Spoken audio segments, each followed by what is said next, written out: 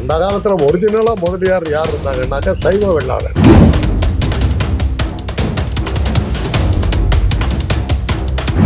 ஒரு வாரப்பத்திரிக்கையில் ஒரு சுஜாதா ஒரு கதை எழுதினார், ரத்தத்தின் நேரம் சிவப்பு. அதில் வில்லனா வர்ற ஒரு கேரக்டரை வந்து ஒரு ஜாதி பேரை சொல்லி தெற்கு பக்கத்தில் இருக்கு. வாரம் அந்த பத்திரிக்கை கடைகளில் பூந்து அந்த ஜாதிக்காரர் நெருப்பு வச்சு கொடுத்து அந்த கதையை நிறுத்திட்டார். இந்த சைவ வெள்ளாளர்கள் வந்து பிராமணர்களை விட தீவிரமான ஆச்சாரம் செய்வாங்க. அவங்க ரொம்ப பார்ப்போம். பிராமணர்களாவது கொஞ்சம் அச்சப்பட்டு போவாங்க, அவங்கள விட தீவிரமானவங்க.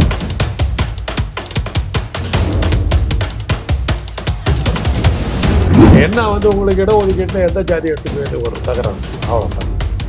இடஒதுக்கீட்டை பற்றி கவலைப்பட்டு இருக்கிற சுற்றுற ஒரே ஸ்டேட் வந்து தமிழ்நாடு தாங்க. தமிழ்நாட்டை தாண்டாக்க எந்த ஸ்டேட்டாவது இடஒதுக்கீடை பற்றி கவலைப்படுறாங்களா பார்த்தீங்களா? படிப்புங்கிறது வந்து செகண்டரியாக தான் வச்சுருக்காங்க.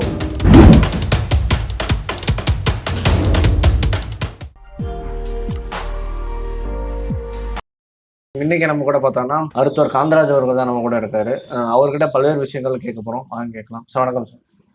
சார், இப்போ சமீபமாக பார்த்தோம்னா இப்போ ஒரு சமுதாயம் சார்ந்த படங்கள் நிறைய வருது, சமுதாயம் சார்ந்த டாபிக்கும் நிறைய போயிட்டு இருக்கு. அந்த வகையில் பார்க்கும்போது இந்த முதலியார் அப்படின்றவங்க யாரு, அவங்க எப்படி ஒரு ஆதிக்கம் செலுத்தவங்கலாம் வந்தாங்க? முதலியாருங்கிறது ஒரு பட்ட பேர், ஜாதி பேர் இல்லை. ஓகே. முதலியார் யார் வேணாலும் வச்சுக்கலாம், நீங்களும் வச்சுக்கலாம், நானும் வச்சுக்கலாம், யார் வேணாலும் வச்சுக்கலாம். பட்டப்பெயர் அது. பிள்ளை, முதலியார், செட்டியார், இது எல்லாமே பட்டப்பெயர். ஜாதின்னு எடுத்திங்கன்னா என்ன முதலியார்னு கேட்பாங்க. அந்த காலத்தில் ஒரிஜினலாக முதலியார் யார் இருந்தாங்கன்னாக்கா சைவ வெள்ளாளர். நாவலர் நெடுஞ்செழியன், அன்பழகன், பக்தவச்சலம், இவங்கெல்லாம் வந்து சைவ முதலியார்கள். அவங்க தான் முதலியார்னு இருந்தாங்க. அந்த காலத்தில் வரலாற்றில் எடுத்திங்கன்னா அரியநாத முதலியார். கிருஷ்ணதேவராயனுக்கு வந்து பெரிய ராஜா அளவுக்கு அவரை தூக்கி விட்டது வந்து தளவையா அரியநாத முதலியார் தான். காஞ்சிபுரம் கோயில், ஏகாம்பரம் கோயில், அத்தனை கோயிலும் கட்டுறது அவர் தான். அவங்களாம் தான் ஒரிஜினல் முதலியாருங்க. சென்னை பக்கத்துக்கு இந்த பக்கத்துக்கு வந்தாங்க முதலியார் இருக்காங்கன்னா உங்களுக்கு கௌரவம் ஜாஸ்தி. அதனால தான் இப்போ என்னுடைய உறவுக்காரர்கள் நிறைய பேர் முதலியார்கள். யார் முதலியார் கிடையாது. இவங்க ஜாதிக்கும் அந்த டைட்டிலுக்கு சம்மந்தம் கிடையாது. ஜாதின்னு எடுத்திங்கன்னா வேறு ஜாதி.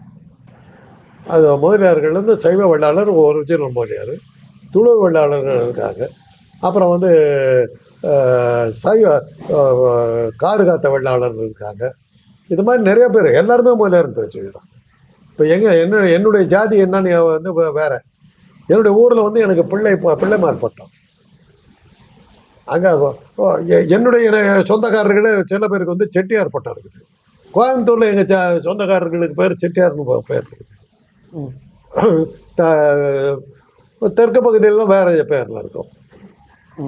தஞ்சாவூர் பகுதியிலலாம் இந்த இதே பிள்ளை மருத்துவ தஞ்சாவூர் பகுதியில் இருக்குது. அங்கே 2 வகையில் இருக்காங்க. அல்லது எல்லாம் பட்ட பெயர்கள், ஜாதி பேர் இல்லை. அந்த காலத்தில் வந்து ஈஸியாக இருந்த பேர் வந்து சினிமாவில் வச்சு பார்த்தீங்கன்னாக்கா, தமிழ் சினிமாக்களில் வந்து பெரிய பெரிய பணக்காரனாக்கா முதலியார் இருக்கும். அப்போ மோகன சுந்தரம் ஒரு படம் வந்தது.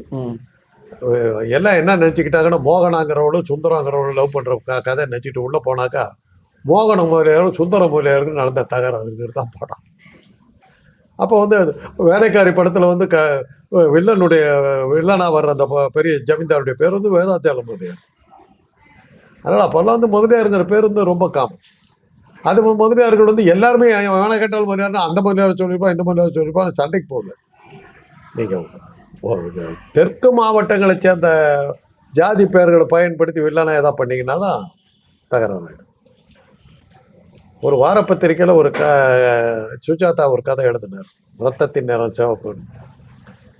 அதில் வில்லனா வர்ற ஒரு கேரக்டரை வந்து ஒரு ஜாதி பேரை சொல்லி தெற்கு பக்கத்தில் இருக்கிற ஜாதி பேரை சொல்லி எழுதிட்டார்.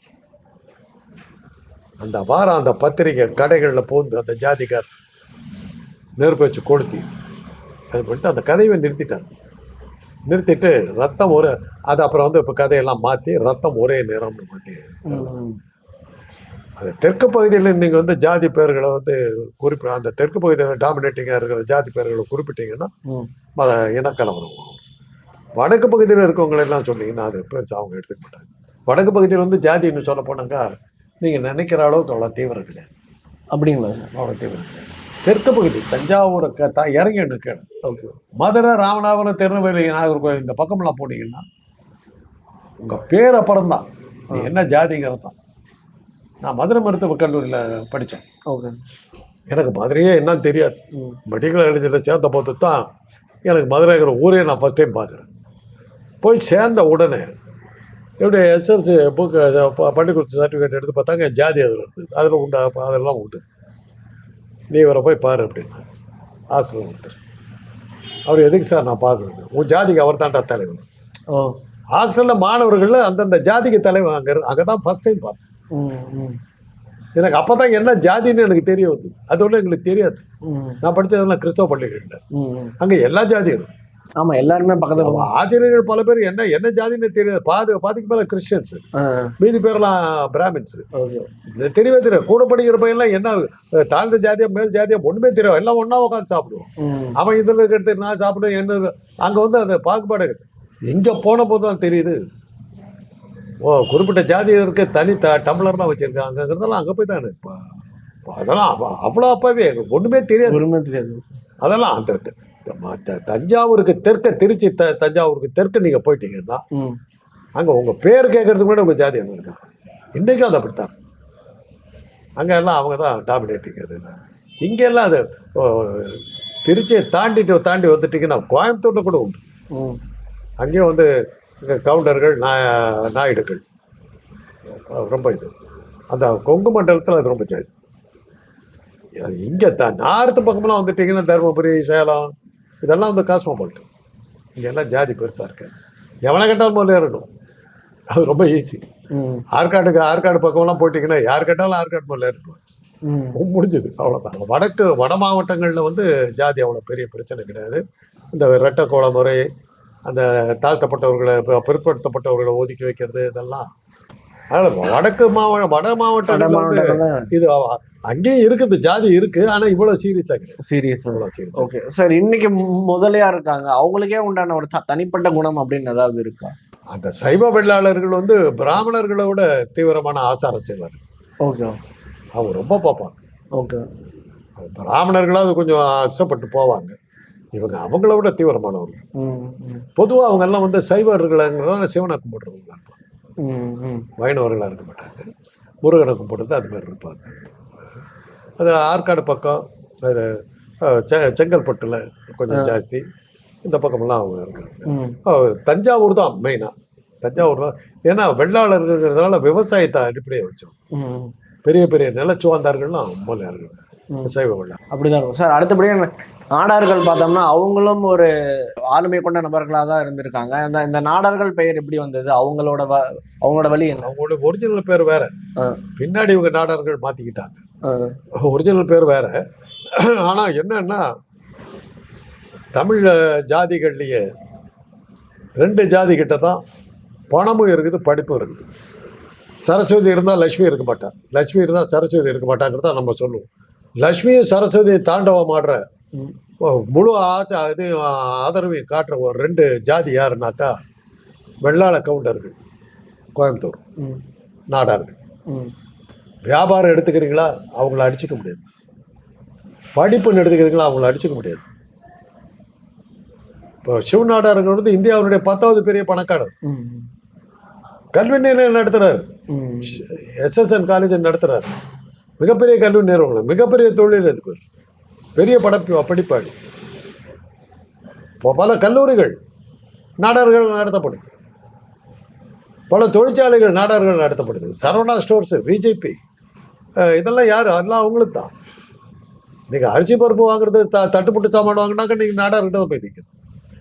அதே சமயத்தில் அவங்களாம் படிச்சிருக்காங்க, பெரிய பெரிய படிப்பாளிகளாக இருக்காங்க, பெரிய பெரிய டாக்டர்ஸ், பெரிய பெரிய என்ஜினியர்ஸ் எல்லாமே அவங்க இருக்காங்க. ஸோ இதெல்லாம் இதை அவங்க வந்து அவங்கள வந்து பட்டியலிடத்தில் வச்சுருந்தாங்க. அவங்க அதை பற்றி கவலைப்பட்டுக்கணும். நீ என்ன வேணாலும் வச்சுக்க. சம்பாதிக்க ஆரம்பிச்சதுக்கு பிறகு நம்ம அவங்க கிட்ட தானே போய் நிற்கிறோம். பட்டியலிடத்தை சேர்ந்தவங்கன்னு சரவணா ஸ்டோர்ஸுக்கு யாரும் போகாமல் இருக்க மாட்டேன்னு சொல்லுவோம். அங்கே தானே போய் நிற்கிறோம். எல்லாரும் போயிடுவோம்.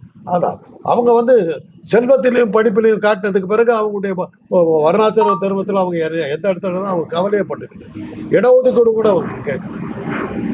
நான் வந்து கொண்டாடுறேன், என் இடத்த நான் ஒதுக்கி கொண்டாடுறேன். அந்த துணிச்சல் அவங்களுக்கு வெள்ளாள கொண்டு. மற்றவங்க எல்லாமே வந்து இப்போ இடஒதுக்கீடு நம்பிக்கிட்டு இருக்கிறாங்க. இவங்க 2 பேரும் இடஒதுக்கீடை பற்றி கேட்கவே இல்லை.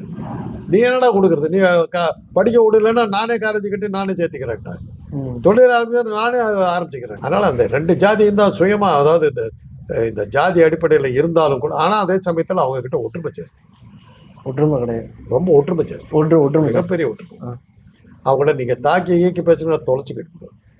ஓகே, அடுத்த கேள்வி அதான் சார் கேட்க வந்தேன். இவங்க 2 பேருக்குள்ள ஒற்றுமைன்னா என்ன, இவங்க எவ்வளவு சகோதரத்துவமா இருப்பாங்க? அதைத்தான் நான் முதல்ல சொன்னேன். சுஜாதா ஒரு கதையில வந்து ஒரு கேரக்டருக்கு வந்து அந்த பேரை வச்சாரு. அந்த வார பத்திரிக்கை நெருப்பு வச்சு கொடுத்துட்டான், கடையில கிடைக்கல அந்த வாரம். அந்த பத்திரிக்கை நான் அலண்டு நடிக்கிட்டேன். பத்திரிக்கை பேரை சொல்ற குமுதம் நடிக்கிட்டாங்க, கதையவே நிறுத்திட்டாங்க. நிறுத்திட்டு ஒரு 2 மாசம் கழிச்சு அப்புறம் வந்து கதையை பூரா மாற்றி அப்புறம் தான் அந்த அளவுக்கு அவங்க எல்லாம் அந்த ஜாதி விஷயத்தை பற்றி ஒரு மாற்றம். சார் இன்னமுமே அந்த தென் மாவட்டங்களில் பார்த்தா நடந்துட்டு தான் இருக்கு. இது பல்வேறு படங்கள் எடுத்தாலும் சரி, யார் வந்து பேசினாலும் சரி, அங்கே சொற்பொழிவு பேச்சு எதனாலும் அந்த தாக்குதல் நடந்துட்டு தான் இருக்கு. எதனால அவங்க இவ்வளோ உக்கிரமா இருக்காங்கன்னு நினைக்கிறேன்? அது அடிப்படையிலே வச்சு வந்துருச்சுங்க, காலகாலமாக வந்துருச்சு. அது எல்லாம் தவிர்க்க முடியாது. நம்ம ஜீன்ஸ்லேயே அது இருக்குது. என்னதான் நான் வந்து எவ்வளோ பேசினாலும் எல்லாம் பேசி முடிச்சுட்டு போனோடனே என்ன சொல்றது தெரியுமில்ல, நம்ம ஆளுனா நம்ம ஜாதி. எனக்கு இன்னைக்கு வரல என் ஜாதி என்னன்னு தெரியாது. இவங்க பாட்டுக்கு நம்ம ஆளு நானும் கேட்டுக்கிறேன், சரி உன் ஆள் தான் அப்படின்ட்டு போயிடுறது. ஏன்னா எனக்கு இப்போ ஜாதி இல்லை. என் மருமக ஆந்திராக்கார போட்டு, என் பேரனை என்னன்னு சொல்றது, அதை தெலுங்குன்னு சொல்றதா தமிழன்னு சொல்றதா? என் குடும்பத்தில் எல்லாமே இருக்காங்க. முஸ்லீம் இருக்காரு மருமக, ஒரு பௌத்த மதத்தை சேர்ந்த கால்டன் பாச்சின்னு ஒரு பேத்தியை கட்டிக்கிட்டு இருக்காரு. அந்த அந்த அந்த கொள்ளு பேரை வந்து பௌத்த மதத்தை ஃபாலோ பண்ணிக்கிட்டு இருக்கான், திருவண்டு இருக்கான். என்ன பண்ண சொல்றீங்க? என்னுடைய அக்காவுடைய ஒரு பேரை வந்து ஒரு பட்டியலத்து பண்ண கல்யாணம் பண்ணிட்டு ஆஸ்திரேலியாவில் இருக்கான். என்ன பண்ண சொல்றீங்க? அப்புறம் இன்னொரு சகோதரியுடைய பேரை வந்து பேத்தி வந்து ஒரு மலையாளியை கட்டிக்கிச்சு. எதில் சேர்த்து சொல்றீங்கன்னு எல்லாமே இருக்குது என்கிட்ட. என்னுடைய மனைவியினுடைய தம்பி வந்து ஒரு வங்காள பெண்ணை கட்டிக்கிட்டா. ஒரு அண்ணன் வந்து ஒரு பிராமண பெண்ணை கட்டிக்கிட்டாரு. இப்படிதான் இருக்கு, எல்லாம் இருக்குது. எந்த ஜாதியில் என்ன சேர்த்துவீங்க? என்னோட முடிஞ்சு போச்சு ஜாதி. சார் நான் அடுத்த கேள்வி அதான் கேட்கறதா இருந்தேன். இன்னைக்கு வந்து ஒரு சமுதாயத்துல வேற சமுதாயத்துல திருமணம் பண்றதே ஒரு மாறிய குறைவா தான் பாக்குறாங்க. கலப்பு திருமணத்தை இன்னும் தப்பா பாக்குற சமுதாயத்துலதான் இருக்கும். இந்த கலப்பு திருமணம் பண்றதுனால ஏதாவது பிரச்சனைகள் வருமா, இல்ல அதனால என்ன வந்து உங்களுக்கு இடஒதுக்கீட்டுல எந்த ஜாதி எடுத்துக்குவேன்னு ஒரு தகராறு வரும், அவ்வளவுதான். இடஒதுக்கீட்டை பத்தி கவலைப்பட்டுக்கிட்டு சுத்துற ஒரே ஸ்டேட் வந்து தமிழ்நாடு தாங்க. தமிழ்நாட்டை தாண்டாக்க எந்த ஸ்டேட்டாவது இடஒதுக்கீடை பத்தி கவலைப்படுறாங்களா பாத்தீங்களா? படிப்புங்கிறது வந்து செகண்டரியா தான் வச்சிருக்காங்க அவங்க. அங்கெல்லாம் என்னன்னாக்கா படிச்சு ஒரு அளவுக்கு கம்யூனிகேஷன் தொடர்பு கொள்றதுக்கு மொழி தெரிஞ்சா போதுங்கிறது அவங்க மொழியை பத்தி அவங்க கொடுக்குற அக்கறை. அந்த மொழியை ஆந்திராவுக்கு போனால் தெலுங்கு தெரிஞ்சா போதும், முடிஞ்சு போச்சு. இப்போ என்னுடைய மகனை வந்து படிப்பை முடித்தான், +2 முடித்தான். +2 முடித்த உடனே காலேஜில் சேர்த்ததுக்கு போனேன். எனக்கு நிறைய குஜராத்தி நண்பர்கள். அதில் கம்தார் என்னுடைய ஃப்ரெண்ட், அவன் கேட்டான் என்னடா பண்ண போகிறேன். அவனுடைய மகனும் என் மகனும் ஒன்றா முடிச்சானுங்க. என்னடா அவனை வந்து பிஏல சேர்த்தலான்னு பார்க்குறேன். ஏன்னா அவன் தான் +2 முடிச்சுட்டு இங்கிலீஷ்லாம் பிரமாதம் பேசுகிறான், பிஸ்னஸில் போடான்டா. ஏன்னா ஒரு டிகிரி கூட இல்லை, எனக்கு டிகிரி வச்சு என்னடா பண்ண போகிறான். அவன் மகனை வந்து கண்ணாடி கடையை வச்சு விட்டா இன்றைக்கி 10 இடத்துல கண்ணாடி கடையை வச்சுட்டு பெரிய பிஸ்னஸ். என் பையன் தடுமாறி பிகாம முடிச்சுட்டு வெளியில் வந்தான். கடைசியில் என்னாச்சுன்னா ஒரு ஹோட்டல்காரர்களோட பார்ட்னர்ஷிப் சேர்ந்துக்கிட்டு ஹோட்டல் நடத்திக்கிட்டு இருக்கான். அவன் க்ளீனாக சொல்லிட்டான், படிப்பை வச்சுக்கிட்டு கிளார்க் வேலைக்கு போகணுன்னு நான் வேலைக்கெலாம் போகப்பட்டேன். அவன் +2ல் வந்து ரொம்ப மோசமாக தான் பாஸ் பண்ணான். மிஸ்ஸஸ் வந்து ஒரே வருத்தப்பட்டாங்க, என்ன இப்படி பண்ணிட்டானே, டாக்டர் படிக்க. நான் உடனே வந்து ரொம்ப சோகமாக வந்தான். ஏதோ மகிழ்ச்சியாக இருக்கிறது. நான் ஏப்பா உனக்கு கோவமா இல்லையானு, நீ பாட்டுக்கு நல்ல மார்க் வாங்கிட்டு வந்திருந்தீங்கன்னா மெடிக்கல் போகணும் எங்கே போகணுன்னாக்க நான் காசுக்கு எங்கடா போயிருப்பேன். நல்ல காலம் சுமாராக பாஸ் பண்ண, பிகாம் படிச்சுட்டு வெளியும். நீ பிகாம் படிச்சுட்டு வந்து ஒரு 6-7 ஹோட்டலுக்கு அவன் நடத்திக்கிட்டு இருக்கான். பெரிய பிஸ்னஸ் மேனாக போயிட்டான். படிச்சிருந்தா என்னோட மாத சம்பளத்தில் வந்துருக்கும் லட்சம். நம்ம ஊர் ஒன்றில் தாங்க நல்லா படி, வேலை கிடைக்கும். இந்த புத்தி நம்ம விட்டு என்னைக்கு போகுன்னே தெரில. ஏன்னா இப்போ ஒரு பொறியியல் கல்லூரியில் வேலை பார்க்குறேன். அவங்களுக்கு நான் சொல்கிறது அதுதான், நல்லா படி வேலை கிடைக்கும்னு சொன்னால் உதப்பட்டா ஒன்று. நல்லா படிச்சிருக்கல, ஒரு இண்டஸ்ட்ரியை ஸ்டார்ட் பண்ணு, வேலை கொடுக்குறவனா பாரு. இந்த படிப்பை வச்சுக்கிட்டு ஒரு தொழிற்சாலை ஆரம்பித்து வேலை கொடுக்குறவனா பாரு. Be a job provider. Don't be a job seeker. So அப்படி அதனால தான் வந்து மற்ற மாநிலங்கள் வந்து இடஒதுக்கீடை பற்றி யாரும் கவலைப்படல. ஒரு குஜராத்தி பையனோ ஒரு மகாராஷ்டிரா பையனோ வந்து படித்து முடிச்ச உடனே ஒரு கம்பெனி ஸ்டார்ட் பண்ணிட்டு வேலைக்கு போடுவான், தொழிலை உண்டாக்கிடுவான். அவங்கெல்லாம் யாரும் மெடிக்கல் காலேஜ் இப்போ நீட் தேர்வை பற்றி நாம தாங்க கத்திக்கிட்டு இருக்கிறோம். வேற எந்த ஊர்லையும் நீட் தேர்வை பற்றி கவலைப்பட்டுக்கிங்க. அவங்க என்ன சொல்றாங்க, அது படிக்கிறதுக்கு தமிழன் ஒருத்தர் இருக்கான், அவன் படிச்சு டாக்டராக வருவான், நம்ம அவங்ககிட்ட வைத்தியம் பார்த்துக்கிறோம், நம்ம வேலையை பார்ப்போன்னு போகிறோம். சவுத் ஆப்பிரிக்கா டர்பனில் போன போது அங்கே நிறைவேறி ரொம்ப ஜாஸ்தி. நம்ம தமிழர்கள் மிகப்பெரிய ஹோட்டல்லாம் கட்டிட்டோம். ஆனால் இவங்க உள்ளே போக முடியாது. நிறைவேறி காரணமாக இவங்களை அலோவ் பண்ண மாட்டாங்க. நான் கேட்டேன் அந்த ஓனரை, நீ கட்டிக்கிற ஹோட்டலுக்கு உடனே உள்ள விடுங்க, உடாட்டி போகிறேன். அவன் காசை வாங்கிட்டு தான் நான் பொழைச்சிக்கிட்டு இருக்கிறேன். எனக்கு வேணுங்க ரோட்டில் நான் கட்டிட்டு தனியாக வச்சிருக்கிறேன், அங்கே நான் போய்க்கிறேன். அவன் காசை அவன் என்ன உள்ள விட மாட்டேன், அவன் காசு எனக்கு தானே வருது. இதில் என்ன கௌரவ குறைச்சல், ஐ டோன்ட் கேர் அப்படின்னு. ஆனால் அவன் காசு வருது, நீ என்னவோ பண்ணி அவனுங்களுக்கு பார்த்தாக்கா அந்த நிறைவேறிய சொல்லிக்கிட்டு அவன் நமக்குள்ள தான் இருக்கான். சமூக அந்தஸ்து இல்லைங்கிறத பற்றி அவங்க கவலையப்பட்டுக்கிறேன். சமூக அந்தஸ்து அவனுக்கு யாருக்கிட்ட வேணும்? இதெல்லாம் தேவையற்ற போலித்தனமான விஷயங்கள். அதனால் இப்போ நீங்கள் சொல்கிறீங்களே செல்வமும் செல்வாக்கும் வந்துருச்சுன்னா சமூக அந்தஸ்து தானாக கிடைச்சிடும். அதனால இந்த ஜாதி இதெல்லாம் எந்த தடையும் கிடையாது. ஆனால் நம்ம ரத்தத்தில் ஊறி இருக்குது. ஆனால் செல்வமும் செல்வாக்கும் கூட வந்து உங்களை வந்து சமூக அந்தஸ்து கொடுக்காதுங்கிறதுக்கு ஒரு பெரிய உதாரணம் வந்து Draupadi Murmu, president of India. அவங்கள மோடி அமித்ஷாவை மனுஷாவா மதிக்கிறார். இப்போ கூட திருப்பதியெல்லாம் வந்துட்டு போயிருது, அட்ரஸ் எல்லாம் வந்துட்டு போயிருக்கு. சும்மா ஒரு பேருக்கு தான் இருக்காங்க. அன்னைக்கு கேட்குற என்னங்க இது வண்டியெல்லாம் நிற்கிதுன்னு ராஜ்பவன் போது பிரசிடென்ட் வந்திருக்காங்க. வந்தது தெரியல, போனது தெரியல. இதுக்கு முன்னாடி இருந்த பிரசிடென்ட்லாம் வர்றாங்கன்னா ரோடெல்லாம் அமக்கலமாக பண்ணி ரோடே பிளாக் பண்ணியிருப்பாங்க. இந்த மாதிரி வந்தது தெரியல, போனது தெரியல. ஆக சமூக அந்தஸ்துங்கிறது வந்து இப்போ ஜாதி பிற்படுத்தப்பட்ட ஜாதி பட்டியலத்தோட தான் சமூக அந்தஸ்து கிடைக்காது. அது என்னதான் சம்பாதிச்சாலுங்க, என்ன இருந்தாலும் நடக்காது. அது நம்ம அது நார்த்தில் அதெல்லாம் பார்க்குறோம். அது திரௌபதி முர்மு நடக்கிற விஷயம். ராம்நாத் கோவில் பழைய முன்னாள் குடியரசுத் தலைவர், வாரணாசியை சேர்ந்த அந்த ஐயர் உள்ள விட முடியாது அந்த கோயிலுக்கு.